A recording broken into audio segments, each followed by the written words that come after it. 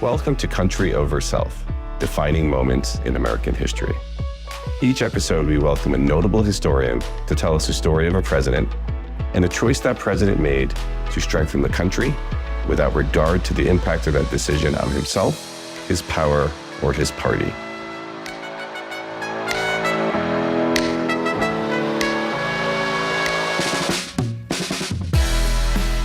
Welcome to Country Over Self, Defining Moments in American History.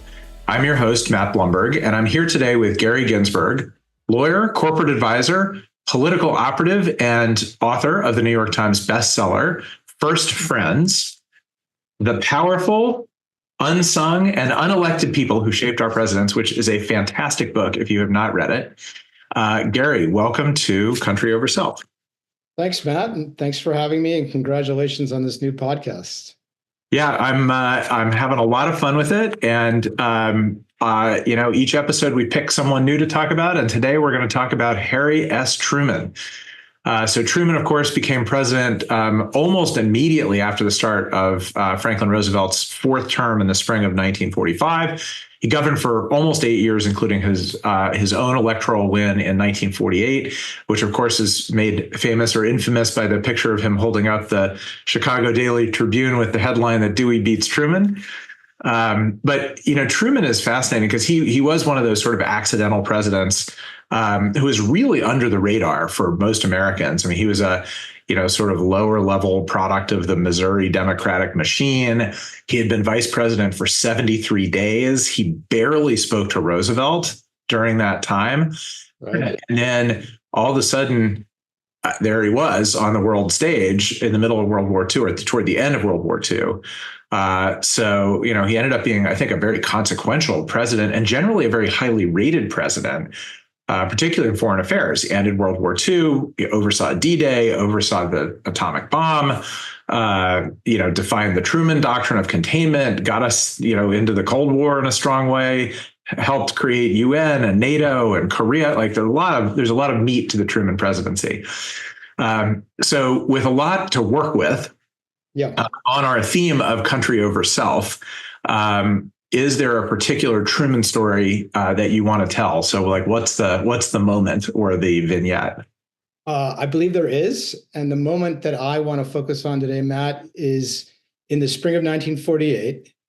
Harry Truman has a very difficult decision to make on whether to recognize the state of Israel 11 minutes after it's officially declared, and in the face of universal and vehement opposition from his Secretary of Defense, his Secretary of State, and virtually the entire national security apparatus of the U.S. government. And it's a bold and courageous decision that I think, viewed 76 years later, proved correct and in the best long-term interests of the United States. This is a great topic. It is certainly topical at the moment, given what's going on in Gaza. And I'd love to just start with some context around it. We'll get to the actual decision and the impact, and hopefully you'll have a chance to work in some stories about Eddie Jacobson, who was Truman's first friend from your book. But why don't we just start with the context? So what was going on? I mean, obviously people know the Holocaust, right? But what was going on in those kind of weeks, months, years around this topic? Right. So as you pointed out, he takes office, literally 3 months after Roosevelt is inaugurated. He knows nothing about foreign policy. Roosevelt didn't even brief him on the Manhattan Project and the likelihood of having an atomic bomb. So he takes office also just weeks before VE Day in May 1945 and the defeat of the Nazis. And within weeks of VE Day, the world starts to realize the extent of the Holocaust and the dire conditions of literally hundreds of thousands of displaced Jews who had survived the death camps and now have nowhere to live and are effectively imprisoned still. And at the same time, the British were grappling with what to do with the land of Palestine that they inherited in 1917 as victors of World War I, following the fall of the Ottoman Empire. So shortly after that First World War ended, the British signed what's called the Balfour Declaration, which acknowledged its support for a Jewish homeland in Palestine. It's on one level a gift to a man we're going to talk about, I hope, shortly, a scientist named Chaim Weizmann, who discovered a process to mass produce acetone, which was the key ingredient in gunpowder. And that gunpowder enabled the British to win the war. And when the war was over, they asked him, what would you like as a reward for your work? And he said, I'd like a Jewish homeland in Palestine. So the British signed this Balfour Declaration, which gave them kind of a moral obligation to come up with a Jewish homeland for Israel. So now it's 1945. The Jews have nowhere to go. And there's a really embryonic movement afoot to create a Jewish homeland in the state, in Palestine. And by the way, it's probably worth asking or sort of pointing out, the Ottoman Empire was pretty vast. It was. The defeat of it in World War I was, it left chaos behind in lots of places, not only Palestine, but there were lots of countries and lines drawn on the map. That's right. I think there were 18 different nation states that could have been created out of the Ottoman Empire. And the British go ahead and create a number of states for some of those national people following the First World War. The Jews made up about 18% of the Ottoman Empire in terms of population. So technically they would have been entitled to 18% of the land that they had essentially acquired in winning that war and taking over the empire. So there are many people in the British government who want to create a Jewish state, but now we've got the complication and the urgency of the end of the war and all of these displaced Jews. And if I can just carry the story forward, you have this, at the same time, you have Harry Truman, who is raised a Baptist. He's a student of the Bible. And he's watching with horror what's happening to the 250,000 Jews who survived the Holocaust and are now left in camps on a continent with no family, no money, no housing, and no prospects really for any kind of decent future. And as a student of the Bible, Truman understood, he kind of viscerally understood, I think, the Jewish longing for a state of their own in Palestine. And he was really moved by the call of these displaced people who wanted, first and foremost, to emigrate to Palestine. Second choice was the U.S. The U.S. didn't actually have an immigration bill in place to allow the Jews to go to the United States, if you can believe it at that point. So Truman is really vexed by this problem, and he's deeply personally engaged in it. So he asked one of his closest advisors to travel to Europe in 1945 and to report on the conditions of these remaining Jews. And the report he gets back, Matt, recommends mass population transfer of the Jews from Europe to Palestine. And he's really moved by just how emotional the situation is for these Jews.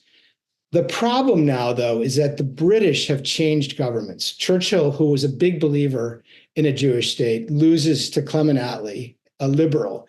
And the liberal government now won't allow any of these Jews to emigrate to Palestine because they don't yet know what to do with the land of Palestine. They actually interdict a number of Jews who try to get in, and thousands of them actually end up remaining in camps in Cyprus. So in the face of all this British indecision, really it's extreme hand-wringing by the British. The UN steps in. And now let's fast forward to 1947. The UN has existed for a hot minute at this point. A hot minute, exactly. So the UN figures, okay, this is an issue we're kind of, by our mission, this is something we should take on. So they pass a resolution in November 1947, Resolution 181, recommending dividing the land into two sovereign states, a Jewish state and an Arab state, with the city of Jerusalem under UN control. Now remember, Jews have been on the land of Palestine for 4,000 years. The Arabs have been on the land for nearly the same amount of time. The Jewish immigration started really in earnest in the late 1800s with Theodor Herzl's beginning the movement of Zionism. And from the 1880s, 1890s up till 1947, they had come in droves to the point where there were 600,000 Jews living there. So the Jews had a claim to a state. The Arabs obviously had a claim to the state. So the UN passes this resolution. The United States votes for it. The Jews accept it. The Arabs reject it. The Arabs go to war immediately. So now we're into the spring of 1948. It's a presidential election year, I should add. And Harry Truman has to decide what to do when the British mandate ends.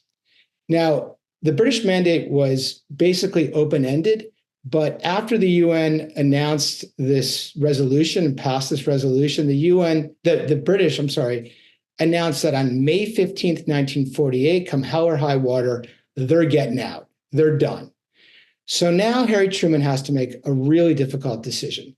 Do you basically continue the UN trusteeship, meaning the UN effectively determines what happens in Palestine, because the partition plan, which had passed, is already dead by the spring of 1948 because the two sides are at war. And the Arabs have said there is no scenario by which they will live side by side with a Jewish state. Or do they recognize an independent Jewish state? And the leaders of this burgeoning state have made it very clear that when the British leave Palestine at midnight on May 15th, they're going to recognize their own state. They haven't named it yet, but they've made it very clear to the world there is going to be a Jewish state in the ashes of the British mandate.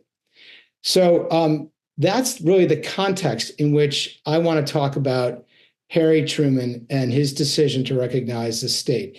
And remember, there's one other thing I should point out. There's an active war now in March of 1948, when Harry Truman is now sitting down and grappling with this decision.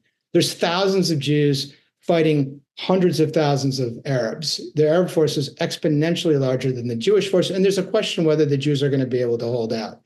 And the only weapons being furnished to the Jews at this point are coming from the Czechs and what they can commandeer on their own. So at this point, the British are exhausted by the whole experience.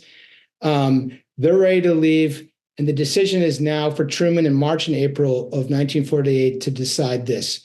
Did he continue to support the trusteeship, effectively blocking the creation of a Jewish state in the near term, or recognize a state that everyone knows will be declared immediately upon the British leaving on the 15th? So what were some of the forces against him declaring support for Israel, and what were some of the forces in favor of it, other than the obvious ones? Yeah, so you would think that the obvious force would be Jewish voters. And in fact, some of the people who are against Truman recognizing a state think that he's going to recognize it because it will be in his political interest. It's not actually clear that that's the case. The Reformed Jews of America are dead set against it. There are vast swaths of the Jewish population in the United States, including voters, who don't actually want a Jewish state, which seems kind of counterintuitive today, but it was true then. The reality is the entire foreign policy establishment is against this state for two reasons. One is they believe that you will antagonize the Arabs, not just the Arabs that are living in Palestine, but the Arabs in Jordan, Syria, Iraq, Iran, Egypt, to the point where Saudi Arabia, to the point where there will be an oil boycott of the United States that will be crippling to the United States economy. And in an election year, if you have gas prices that, go up 50 to 100%, which is what would happen in a boycott, you're going to be pretty darn unpopular. So there is a political reason not to recognize a Jewish state. There is another reason, which is the Soviets. There was a sense that if America recognized a Jewish state, the Soviets, which were already being quite aggressive in laying down this iron curtain across the continent of Europe, and Churchill had warned about that, as we know, a couple of years earlier, and NATO is about to be formed a year later, they're worried that the Soviets are going to move right into the region and basically create a sphere of influence in the Middle East that would be averse to U.S. interests. And they think it would be foolhardy for the president to do anything to antagonize the Russians any further than they're antagonized at this point. Was anyone concerned about Russia? I feel like I read this somewhere, although I don't know if it was your book, Russia recognizing Israel and sort of getting out ahead of that. There was, but I think the bigger fear, Matt, was taking advantage of this perceived siding against or with the Jews against the Arabs that would allow them to kind of come in and create this sphere. So it turns out, as I'll explain later, they are the first country to provide de jure recognition of the state of Israel. When Truman does declare it, it's more de facto than de jure. So the Soviets end up doing exactly that, recognizing it, but they do not end up ever siding with Israel and in fact become an implacable foe for a long time. So the foreign policy establishment is against this, including, it's probably worth calling out, George Marshall, who is sort of, the titan of yes, U.S. Well, I was going to get to that. I mean, he is not only the titan, he's the most popular politician in the United States. He was Time Man of the Year in 1947. He is credited with winning the war. If you polled of any potential presidential candidate in 1948, he's far and away the most popular. He could have run on either party. And if you cross George Marshall and George Marshall comes out against you, retires as Secretary of State, resigns in pique, as we've seen with other secretaries of state, it's devastating to Harry Truman. Not only George Marshall, though, Matt, it's also James Forrestal, who's the Secretary of Defense. It's the entire establishment of the newly formed Department of Defense and the entire establishment of the Department of State. So how did the decision go down? What was his calculus? So he's very cautious. There's a couple of elements that I'd love to bring in. One of which is how he. So let's step back a couple of months. It's March, and he's been really hectored to death by the Jews who are in favor of a Jewish state. And they come to the White House, they bombard him with telegrams, phone calls. He is fed up with the whole issue. And in March has effectively said, I'm washing my hands of this. To hell with it. I'm going to let it become a UN trusteeship and see where the chips fall. And one night in the middle of March, the phone rings at the home of a very middle-class, nondescript haberdasher. It's a word you've probably not heard in your life. A man who sells. You've read a Truman biography, but really only if you've read a Truman biography. Correct. So there's a man named Eddie Jacobson. He was Harry Truman's best friend, not known in history at this point, not really known to the wide swath of Americans, but known to Jews as Harry Truman's best friend of many, many years. At that point, he had known Harry Truman for 45 years. They met when Harry was 23, Jacobson was 15. Jacobson drops out of college, goes to work for a haberdashery selling men's clothing. And every day for the next few years, Eddie would come to the bank where Harry Truman was a 23-year-old teller and make the store's deposits. And he and Truman struck up what would become, as I say, a lifelong best friendship. They serve in the war together. They open up their own haberdashery together in 1921. It closes a year later when there's a recession that hits Kansas City, but they stay best friends. Truman rises through the political ranks, becomes chief judge of Cook County, becomes a senator, vice president, then president. Harry stays a traveling salesman, selling men's clothes out of his car for 45 years. But in 1948, in March, he gets a phone call from a very prominent Jew, and he says, we've got a big problem. Chaim Weitzman, the man I mentioned earlier, is sitting in New York. He took a boat over from Israel to see Harry Truman to convince him of the necessity of recognizing a Jewish state. And Harry Truman won't see him because he's just so disgusted with Jews. He won't see any Jews anymore. And he won't engage in this issue. And you're the only one who can get to him, Eddie. Now, Eddie Jacobson had never asked a thing of Harry Truman. That's partly why their relationship worked so well. They were each independent-minded. They had a complete merging of values and interests. They never needed anything from the other, and they just reveled in each other's presences. And it was just a perfect friendship. But Eddie Jacobson cares deeply about creating a Jewish state. So he says, I'll write a note to Truman and see what's going on. He writes a note to Truman. Truman writes right back and says, Eddie, I'm not dealing with this issue. I'm sick of the Jews. He effectively says what he says to another group slightly earlier in this scenario. He says, Jesus Christ couldn't keep the Jews happy in his lifetime, and he was a Jew. How am I supposed to keep him happy? So he says to Eddie, don't waste your time. I'm not dealing with it. He gets that letter, and Eddie does something he's never done before. Gets on a plane, flies halfway across the country, walks up the north driveway of the White House, walks into the appointment secretary's office, Matt Connolly, and he says, I want to see Harry. Now, Matt Connolly knows they're best friends. And he says, of course you can see Harry. He's in the office right now. But do me one favor. Do not raise the issue of Palestine. He does not want to talk about it. So Eddie says, of course, I won't even bring it up. So he walks into the Oval Office, and Truman's sitting at the desk, and he's like, Eddie, what are you doing here? He's literally just walked in unannounced. And he says, I'm here to talk about a very specific issue. But they make some small talk. And then Truman says, well, what's the issue you want to talk about? And he said, I want to talk about Palestine. And you need to see Chaim Weizmann. And at that point, Truman starts screaming at him, turns red-faced, starts banging his fist on the desk, talks about how he's been disrespected by Jews, talks about the frustration of the whole issue, and says, I'm not going to deal with it. And he says, I don't want to talk another word about it. And Eddie doesn't know what to do. And for the first time in his life, Eddie says that he thought Harry Truman was an anti-Semite. And it's a remarkable thing for him to say after 45 years of enjoying a close friendship with him. So he's looking around the Oval Office, trying to figure out how he can appeal to this implacable person. And he sees a bust of Andrew Jackson. And he knows that Andrew Jackson is Harry Truman's hero in life. And he says to Harry Truman, you have a hero in your life. It's Andrew Jackson.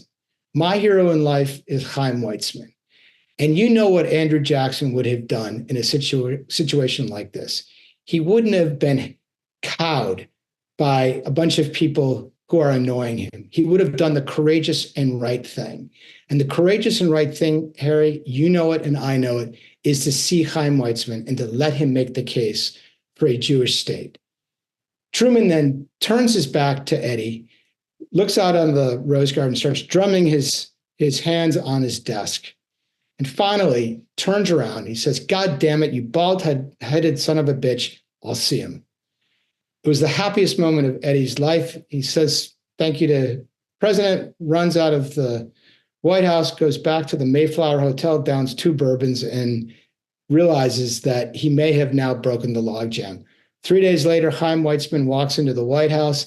He makes a very personal, persuasive appeal to Harry Truman, and Harry Truman is now back on the bandwagon of creating a Jewish state. That was the key moment, all because of a friend being willing to speak to his friend, the president, in a way that no aide staffer could have ever spoken to him, and broken this logjam that was keeping the Jews from realizing a state. So now we have to fast forward to the actual decision point, which is right up at May 15th, 1948. Truman knows he's got all these opponents at the State Department and at the Department of Defense. So he convenes a meeting in the Oval Office to have a showdown, to see exactly where everybody is. And he asks Clark Clifford, who becomes quite famous in the Johnson administration for being a Secretary of Defense and kind of the counselor to the president's, known for being one of the wisest men in the country in the 50s and 60s and 70s. And he asked Clark Clifford to prepare an argument like he's in front of the Supreme Court. And so on Friday, May 12th, he convenes a meeting with George Marshall, Robert Lovett, his deputy, Forrestal, and Clark Clifford. And he asks Marshall to make the argument against recognizing a state. The argument's made by Lovett. He says all the things I had said earlier about the Soviets moving in, about an oil embargo, about this being unnecessarily provocative, that the Jews were going to be run over anyway, and that we were siding with the wrong party. Lovett then piles on, makes the same arguments. Then he turns to Clifford, and Clifford, invoking Deuteronomy, invoking the Holocaust, invoking 2,000 years of Jewish presence on the land, makes an impassioned plea for why Truman should recognize the state. As he's finishing up, George Marshall turns red-faced, gets very angry, and says to Truman, why is this man here making an argument? He is not a foreign policy advisor. He's a domestic advisor.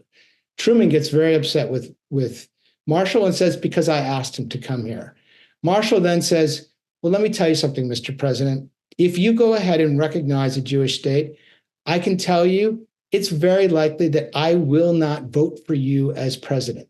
And the implication of that statement, the hardest statement that he ever said in that office, and the hardest statement that was ever directed to Truman as president, the most difficult line he heard as president, he said later in his memoir, the implication was that he would go public and say that he would not vote for Harry Truman. And that would be devastating to Truman in a race where he was not a particularly powerful, strong leader or in a very strong poll position at that point to win the election in November.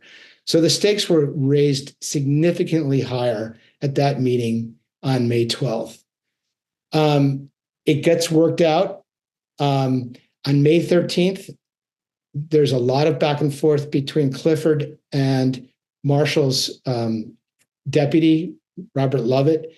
They work it out so that Marshall will not make public his peak. It gives Truman the opportunity now to recognize the state. He believes on moral grounds, strategic grounds, historical grounds that the Jews should have a state. And so the last remaining hurdle of Marshall is removed. And 11 minutes after the state is declared at midnight in Jerusalem on May 15th, 1948, Harry Truman is the first foreign leader to recognize the state of Israel. It is such a dramatic story. And, there's obviously that was a very consequential decision for history. What were the consequences of the decision for Truman? Well, I think the impact on Truman's decision is profound on a personal level and then on a historical level. Well, for one, it conferred a standing and legitimacy on this fledgling new state in its first 11 minutes that it otherwise would have taken years to achieve. Most crucially, I think it undercut the messages that the state and defense departments had been sending to the rest of the world that the U.S. opposed the advent of a Jewish state. And by recognizing the state, Truman basically opened the door almost immediately for other states to recognize this Jewish state. And indeed, I'm sorry, go ahead. Did they? They did, yeah. I was going to say, within days, a host of countries followed the U.S.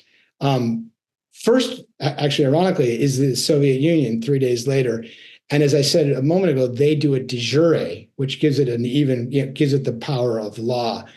After the Soviet Union, it's Poland, Czechoslovakia, I think Yugoslavia, Ireland, which is, you wouldn't expect Ireland, and South Africa are the ones that then follow suit. I think on a psychological level, Matt, it cements an alliance that now 76 years later, I think we're seeing is steadfast and true between the world's greatest democracy and the only free and democratic state in the Middle East. And you may not like Israel's conduct in Gaza, or you could lament the lack of a Palestinian state, but I don't think you can deny that the alliance between the United States and Israel has been of crucial strategic and tactical importance, both to the United States and to Israel. And I would say that's true on a military level, an economic level, on a cultural level, really in every regard. Do you think Truman, when people think of Truman, is this on the list? Certainly is for people who care about the state of Israel. I can tell you that it was taught in every Hebrew school in the 70s as an example of bold presidential leadership, and also obviously the friendship that he enjoyed with Eddie Jacobson. Truman himself, in his memoirs, describes it as his proudest moment. I think he really reveled in the historic nature of the decision. He is remembered in Israel as King Cyrus. King Cyrus was the king of Persia, who in 537 allowed the Jews who had been forced out of Israel with the destruction of the first temple and were living in Persia as refugees, he allowed them through an edict to go back to Israel. It was considered one of the great acts in the post-biblical era. And I think Truman saw himself a little bit like King Cyrus and saw he dies quite late, dies in the 70s. And I think he saw what it had wrought, this flowering democratic country that, despite its size, despite its enemies surrounding it, despite, all the odds, had been able to create a really vibrant state by the time he dies. And I think if you look at his memoirs, if you look at awards he received, he took great pride and delight in having, made that all happen. Well, that's a great place to put a pin in that story. So thank you for sharing that. Let's close with a few rapid fire questions. Sure. So we just talked about Truman. If you had, what was on the cutting room floor? If I said to you, hey, let's do a second episode of Country Over Self, who are we talking about? Well, I didn't write about George H.W. Bush, but I was always, for my first friends, but I was always fascinated because I, was a total political junkie during the 1988 campaign. I actually worked on the 1988 campaign, and I was at the conventions when George Bush said probably the 6 most famous words ever uttered in a convention speech. Let me guess. Read my lips, no new taxes. Exactly right. And he was warned not to say it by a lot of people, but he was also warned that if he didn't solidify the right wing of his party, he might not win the general election, 4 months later. So he says, read my lips, no new taxes. The crowd goes wild. He ends up, winning in a rout over Dukakis. But just as the critics warned him in the summer of '88, by 1990, the country's in a bit of a recession. They're not generating enough tax revenue to meet the needs of the country. And George Bush is faced with a really difficult decision. Does he stick with his pledge and do the politically expedient thing, or does he raise taxes so that you don't have to make deep cuts in crucial programs that would have really damaged the country's fabric? And so George Bush makes the brutal decision to raise taxes in the 1990 Omnibus Reconciliation Tax Act.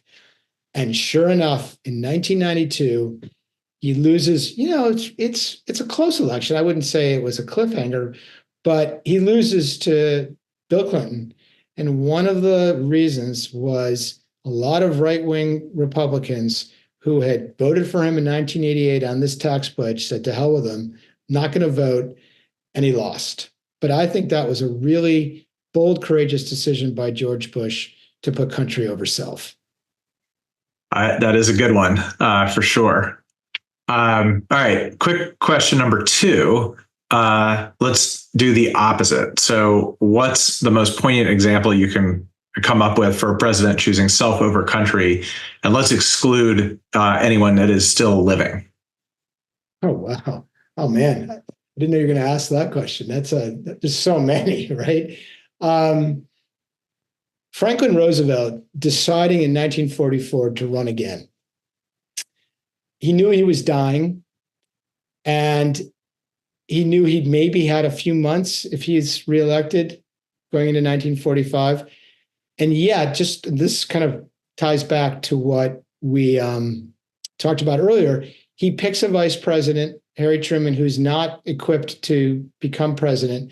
And rather than start to school him on what he is going to face, because Roosevelt knows he's dying, he does nothing of the sort. He pretends like he's healthy throughout the campaign, knowing he's only got months, and never briefs him, never brings him in, so that on the day he has to take the oath of office on April 13th, he's totally unprepared, ill-equipped to start off with the requisite knowledge and gravitas to govern effectively.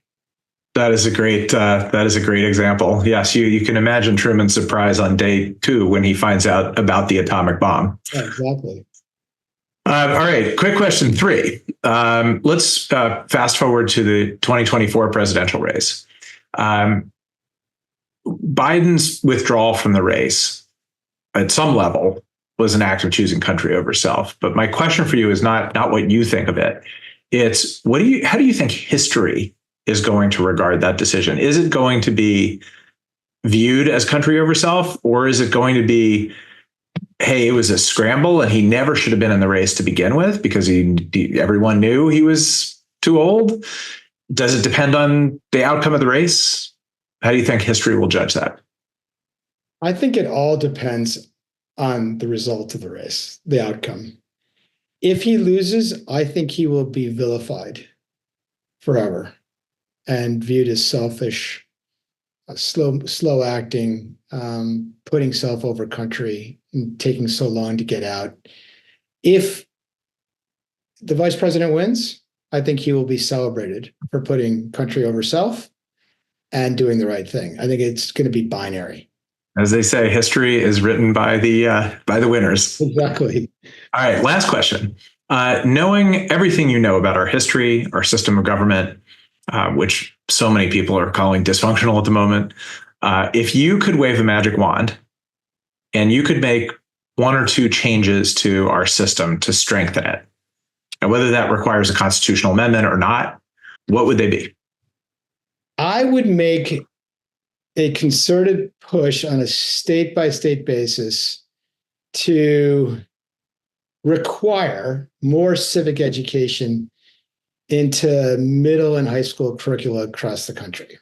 Because I think that one of the biggest problems that we face as a democracy is a total ignorance about the way government works, the values that underlie what a democratic country is, how government functions, what the 3 branches are, what the interplay is.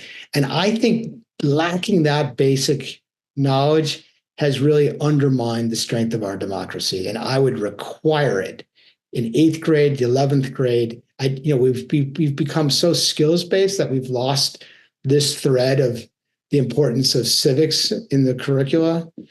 So I know it's hard to do, but I would require it. That's a great place to end this great conversation. Gary Ginsberg, author of First Friends, thank you so much for joining Country Over Self. Thank you very much for having me, Matt. Thank you for listening to the Country Over Self podcast. If you enjoyed this episode, please take a minute to give us 5 stars and leave us a review. If you have an idea for an episode or want to reach Matt directly, please email podcast@countryoverself.com.